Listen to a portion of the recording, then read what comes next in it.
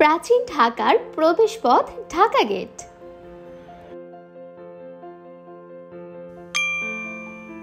Dhaka gate বাংলাদেশের রাজধানী ঢাকার প্রাণকেন্দ্র ঢাকা বিশ্ববিদ্যালয়ের দোয়েল চত্বর এলাকায় অবস্থিত একটি মুঘল স্থাপত্য নিদর্শন। ঢাকা গেট ঠিক কবে, কারা, কি উদ্দেশ্যে নির্মাণ করেছিল এ নিয়ে ইতিহাসবিদ ও প্রত্নতত্ত্ববিদদের মধ্যে মতপার্থক্য রয়েছে।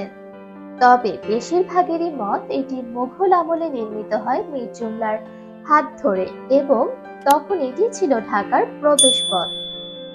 মুঘল সম্রাট আওরঙ্গজেবের সময়ে বাংলার গভর্নর হয়ে আসেন মীর জুমলা। সেই সময় বাংলার রাজধানী ঢাকা বুড়িগঙ্গা নদীকে কেন্দ্র করে ব্যাপকভাবে বিস্তৃত হয়।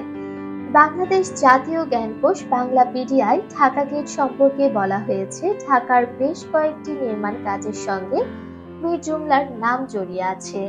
সে অনুসারে ঢাকা গেট প্রথমে মীর জুমলার গেট এবং পরবর্তী সময়ে যা রমনা গেট নামে পরিচিত হয়। গেটটির অবস্থান কার্জন হলের কাছাকাছি ও পুরাতন হাইকোর্ট ভবনের পশ্চিমে ময়মনসিংহ রোডে হওয়ায় এটি ময়মনসিংহ গেট নামেও পরিচিতি পায়। বাংলাপিডিয়ার তথ্য মতে মীর জুমলা সম্ভবত দস্যুদের আক্রমণ থেকে শহর ও শহরতলিকে রক্ষার জন্য প্রতিরক্ষা ব্যবস্থা হিসেবে এই গেট নির্মাণ করেন। তবে ঠিক কত সালে ঢাকা গেট নির্মাণ হয় সে বিষয়টি উল্লেখ করা হয়নি। তবে এশিয়াটিক সোসাইটি থেকে প্রকাশিত ঢাকা কোষে বলা হয়েছে মীর জুমলা 1660 থেকে 1663 সালের মধ্যে এটি নির্মাণ করেছিলেন। সেখানেও বলা হয় সীমানা চিহ্নিত করতে এবং স্থলপথে শত্রুদের আক্রমণ থেকে রক্ষা করতে এটি নির্মাণ করা হয়। মুঘলদের পতনের পর একসময় ব্রিটিশদের আগমন ঘটে বাংলায়।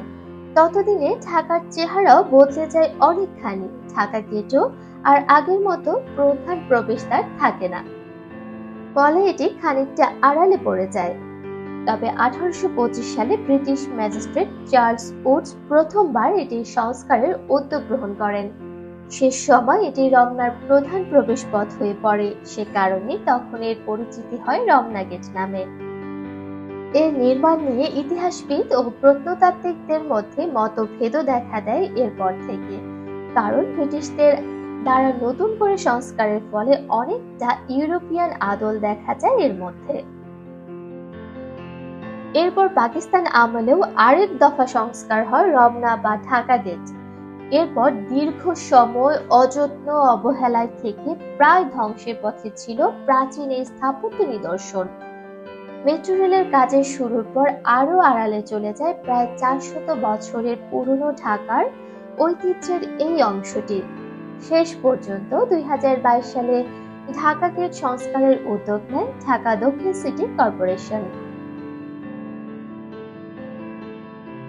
ঢাকা গেটের সাথেই বসানো হয়েছে মুঘল আমলের একটি কামান, যা বিবি মরিয়ম নামে পরিচিত। অনেক ঐতিহাসিকের মতে দস্যু ও শত্রুদের মোকাবেলায় এটি তৈরি করেন বাংলার সেনাপতি মীর জুমলা। এটি নিয়ে আসাম অভিযানে যান তিনি এবং আসাম জয় করে ফেরার পর এর জায়গা হয় বড়গাত্রায়।